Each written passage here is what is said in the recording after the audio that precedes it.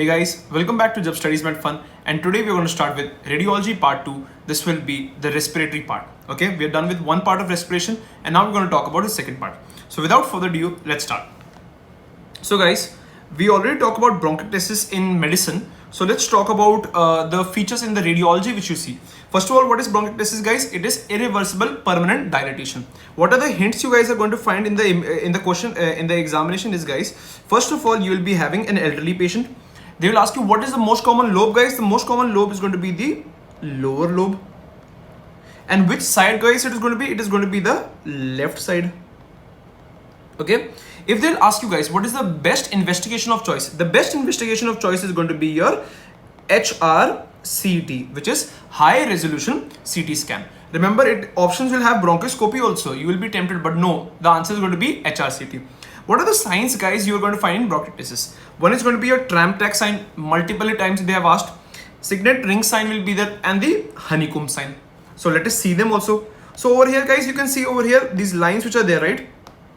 These lines, these are the actually Tramp-Track lines. Okay, so I'll just zoom in. Over here you can see clearly there are some lines over there. So these are your Tramp-Track lines. All right.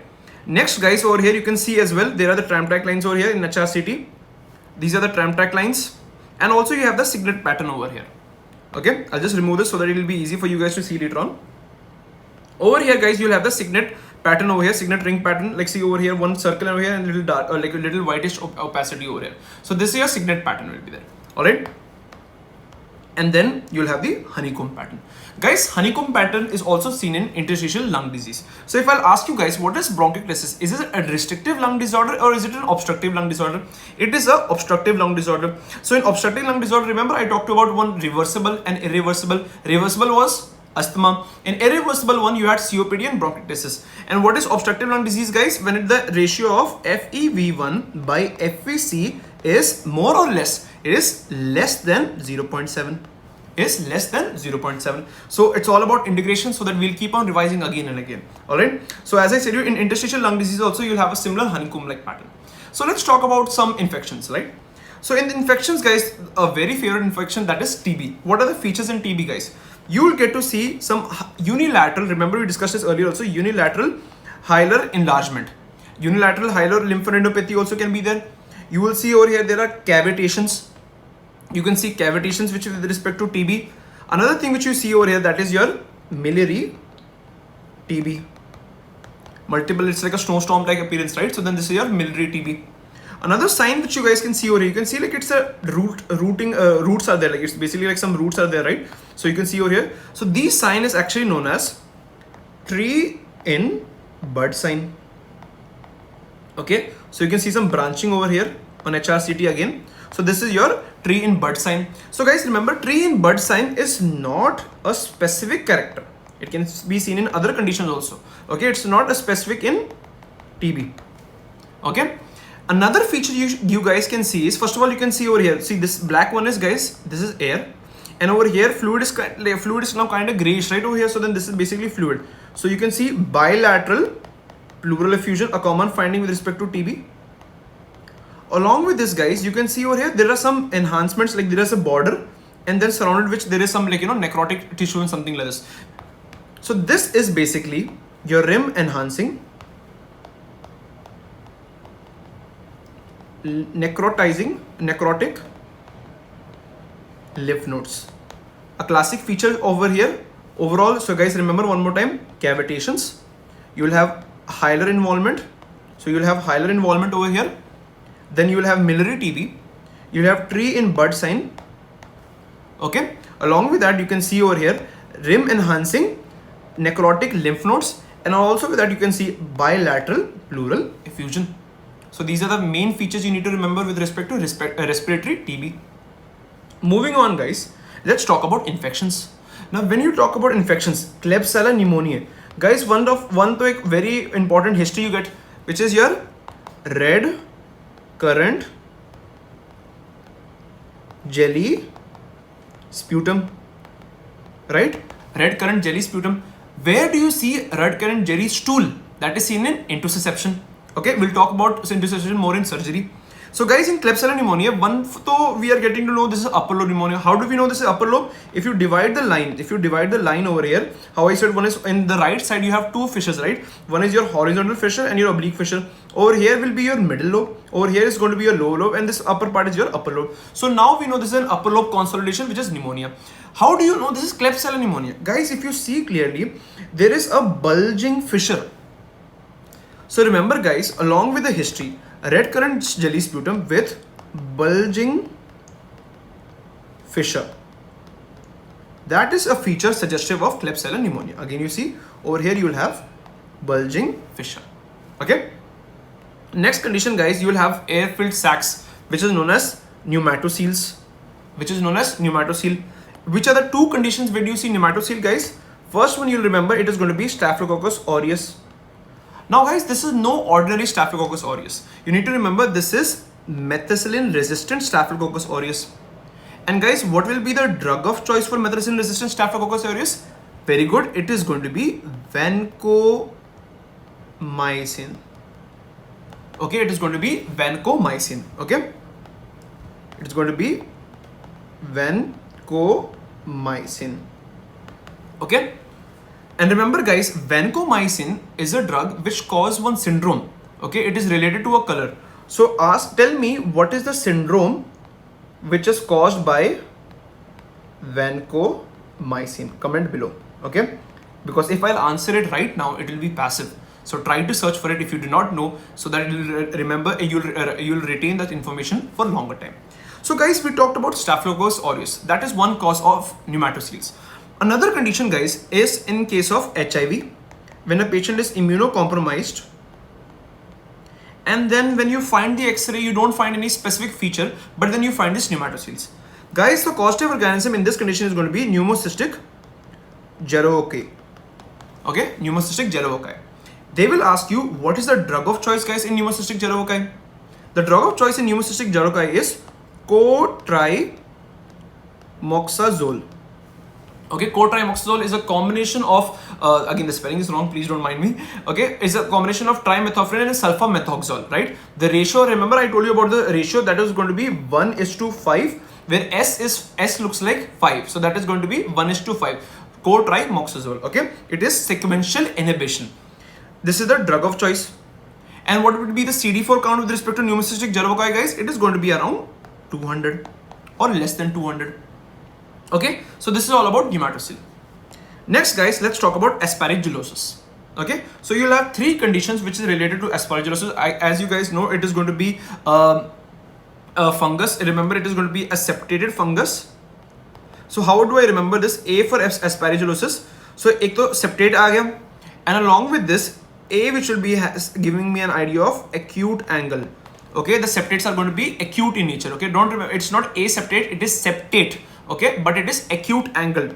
If you see what are the hyphae are going to be this. We're just adding some microbiology into it. It is going to be acute and it's going to be a septated fungi.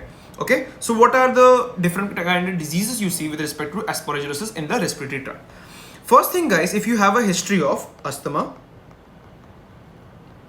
and then when you do the IgE levels, you will see the IgE levels are elevated. Guys, this condition is going to be allergic bronchopulmonary aspergillosis. It is going to be allergic bronchopulmonary aspergillosis. Okay, what are the findings you see in this condition, guys? You will see a finger in leaf pattern. Okay, so you will see a finger in glove. Sorry, it's actually, you see this is a finger in glove. Finger in glove pattern, because the mucus gets filled in the bronchus. So you see this is finger in glove pattern is seen. Okay, in what condition, guys? This is allergic bronchopulmonary aspergillosis. Okay, next condition, guys, where you see again an air filled, like air is over here, and then you see a ball type. So guys, a combination of a air crescent along with that a fungal ball. Okay, see again clearly. So you have a air crescent. You can see a crescent over here. This is like a crescent right over here. One crescent is there. Along with this, you are having a fungal ball. So whenever you have such conditions, and when you have an air crescent, again another air crescent, along with that a fungal ball, this is, guys, condition of aspergilloma. This is Aspergilloma, the earlier condition over here where you have the finger in glove pattern, that is allergic bronchopulmonary aspergillosis. Over here, whenever you have air crescent, along with that a fungal ball, that is going to be Aspergilloma. Okay. Next condition, guys, associated with aspergillosis is whenever you have an immunocompromised patient. And in an immunocompromised patient, you see this. Guys, this is known as the halo sign. This is known as the halo sign. Okay. This is seen in angioinvasive aspergillosis. Okay, so you will have the halo sign. You have to just remember these signs. Okay, the pathophysiology is not that much important. Well, basically I just studied this और हो गया था काम, ठीक है? So remember, angioinvasive aspergillosis, what sign you will have? You will have the halo sign. In aspergilloma, you will have the air crescent with a fungal ball appearance, and in case of allergic bronchopulmonary aspergillosis, you will have fungal in leaf pattern. Along with that, history of asthma will be there, and along with that, IgE levels will be elevated. So remember again, what I told you in fungal in leaf pattern is the bronchus gets filled with the mucus, due to which you will have the finger in glove pattern. Along with that, air crescent sign with fungal ball is seen in aspergilloma, and the halo sign, which is surrounded by ground glass appearance. Ground glass basically, you know, just जो fade part दिख रहा है ना आपको, so that is basically your ground glass appearance. Okay, is seen in angioinvasive aspergillosis. ठीक है? Next, let's talk about the famous holiday, which was COVID-19. So with respect to COVID-19, guys, what do you see? What are the features? The features which you see are bilateral ground glass opacities. Bilateral ground glass opacities. You can see over here. These are the bilateral ground glass opacities. As you guys know, COVID was quite in the initial parts a threatening situation. So these were the how do you identify whether this remember we had something which is BIRADS in breast imaging radiation and data system is there. So over here you also have something which is CORADS. So in CORADS, guys, you have to remember two things which are very important. They might ask this because they asked it in a couple of questions. What is CORADS 5 and what is CORADS 6? Okay, so what is CORADS 5? CORADS 5 is highly suspicious. I have given a you just a table over here so you can know what are CORADS 1, 2, 3, 4, 5. But very important to know is going to be 5 and 6. Now tell me, what is BIRADS 5 meaning? Okay, what is BIRADS 5 meaning? I know it's not directly going to struck your mind, so then go and check it, because this is a PYQ in surgery. Pakka they're going to ask this. Okay, so go and check and comment also. Don't do like, okay, I revised and I'm done it, because when you will type it down also and you will remember also, and you will be thinking, I'm going to comment it in public, so I have to mark it, I have to write it nicely like that. Again, it is your attention. Don't care about others. Do for yourself. Okay. Next, okay, let's talk about hydatid cyst. Now, hydatid cyst, guys, you remember what is the organism? The organism is basically dog tapeworm, Hana? Dog tapeworm. Let's bring about a bit of microbiology into this. What is the organism, guys? It is Echinococcus granulosus. Okay. Now, what is a human in this condition? Is it a definitive host? Is it an intermediate host? So let's bring more micro into this, guys. So guys, remember, with respect to what is the definitive host, the definitive host is going to be kutta, which is dog. Intermediate host is not human. Intermediate host is going to be sheep. Okay. Accidental intermediate host, that is human. I hope this is clear. Okay. So definitive host is dog. Intermediate host is going to be sheep. Accidental intermediate host is going to be human. Now guys, over here you can see there is again an air fluid level type thing, but something like a bulb, okay, or something like this, like this will be there. This is not that clear of an image, but you can see over here you can have some water lily like pattern. So guys, remember, whenever you have this air filled like region in which you have some bulb type this, like it looks like a water lily like this. So remember, this is a condition of hydatid cyst. Now usually hydatid cyst is seen in the liver. So there also you can see a water lily pattern. These are like, when it spreads more. So these are the few signs which you guys need to remember with respect to water lily.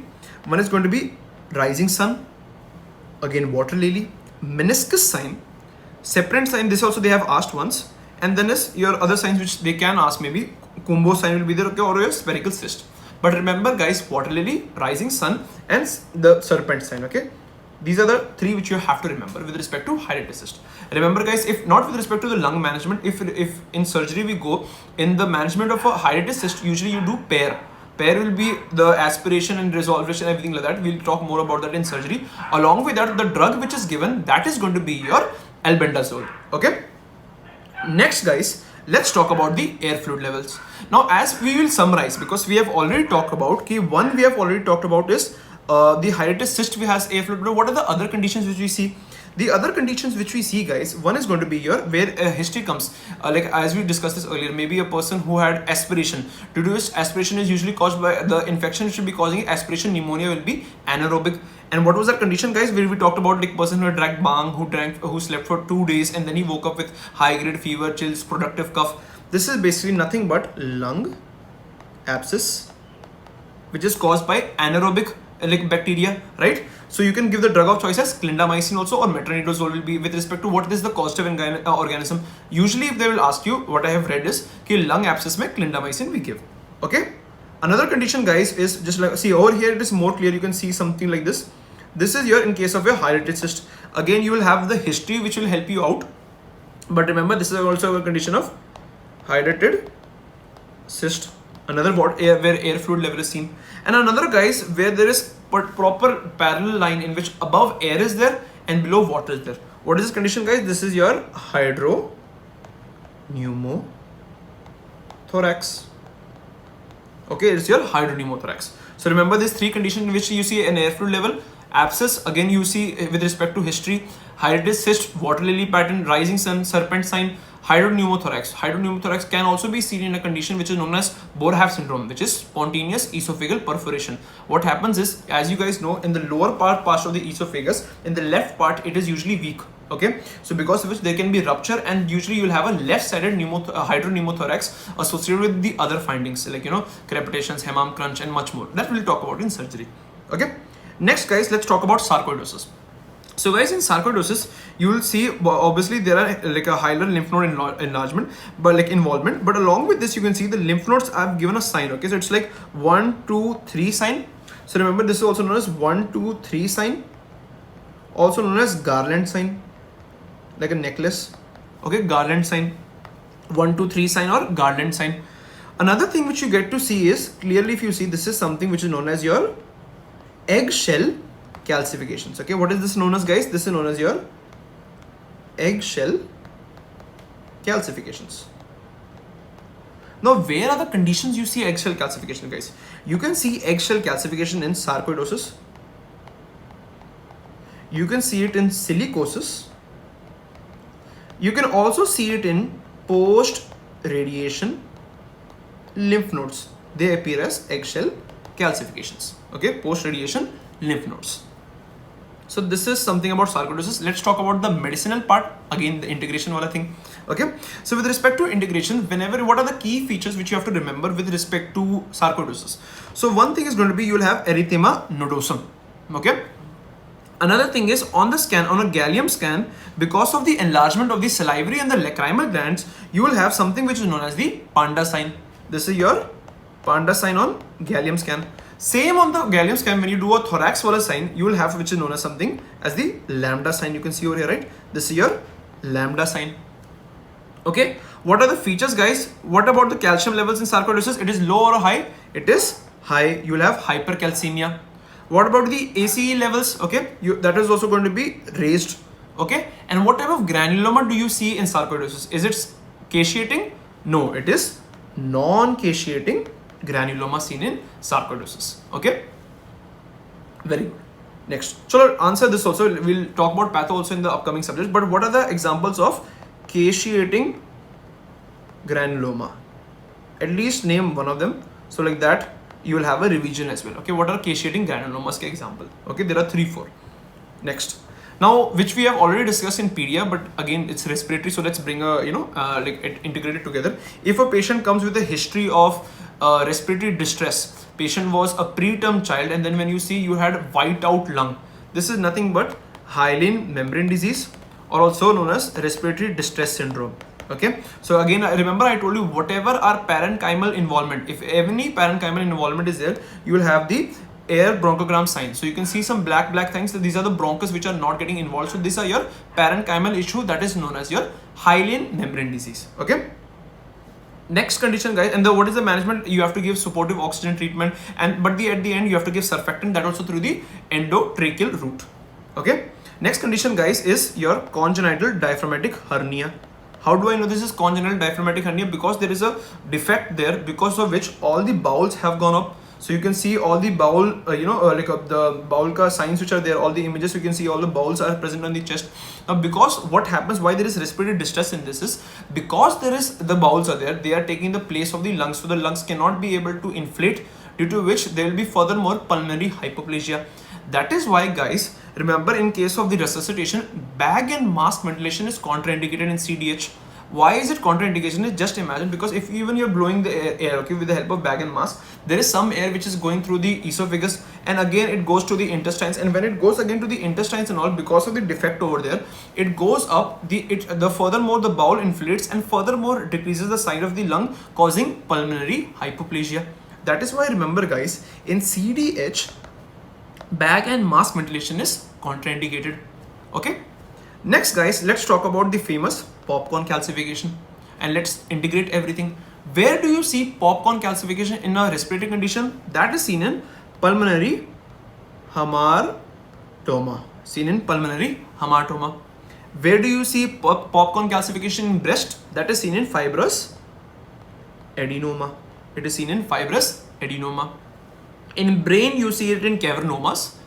In pelvis, mostly you see it in a post-menopausal female. In what condition, guys? That is your fibroids. Okay.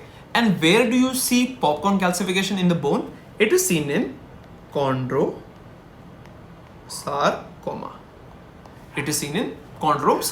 Okay. So these are all the important things which you have to remember with respect to popcorn calcification: lungs, breast, brain, pelvis, and bone. Next, guys, let's talk about coins. What if there is coin getting trapped? Now, how do you identify whether the coin is in the trachea or the esophagus? This is a very important, pakka, this question can come also in the upcoming exam, because this is very almost regularly they give this exam either in NEET PG or in Fmge. Okay. So first thing is, how do you identify a coin in the trachea or the esophagus? So let us start over here.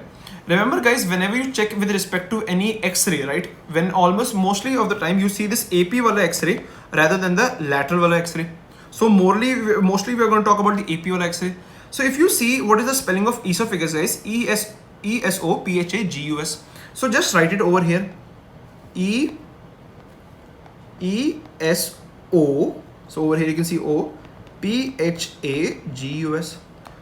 So what I'm trying to say is, whenever on an AP view, you see the coin like this, okay, instead of a straight line, it is like this on the AP view. That means that the coin is in the esophagus. If the coin is now straight, like in a vertical, like this line, in the AP view, that means the coin is in the trachea. So how do you remember this? AP view, mostly we see the X-ray, and in esophagus, O is in the circular way, in the same way. So just remember it in that way. So that is easy. And obviously, if in the coin is going to be in this way, in basically in the flat way with respect to the AP view, it is going to be like a line with respect to in the trachea. It is going to be like a line with respect to trachea. And the opposite is true for the it is going to be in the line with respect to in the lateral view. So the opposite is going to be true for the trachea. So in the trachea, you will have a line type coin in the AP view, while on the lateral view you will have the flat coin. Okay. So how do you remember this, guys? Is you have to remember esophagus. Esophagus may circle hai in the name only. The more common view is going to be the AP view. So in the AP view, whenever you have a flat shaped coin, that is going to be the esophagus. Remember one, so the other one apne aap you will you'll be able to correlate. Okay. So what is the management, guys? See, whenever a coin is getting stuck in the trachea, you have to remove it with the help of bronchoscopy. What type of bronchoscopy will be used, guys, in trachea? In trachea, you will be using a rigid bronchoscopy to remove it. Okay. Again, in trachea, remember the flat is going to be in the lateral view. Okay. Now, what about the management in esophagus, guys? If the if the foreign body, like example, the coin is stuck in the esophagus and it is asymptomatic. If it is, guys, asymptomatic, you have to wait and watch.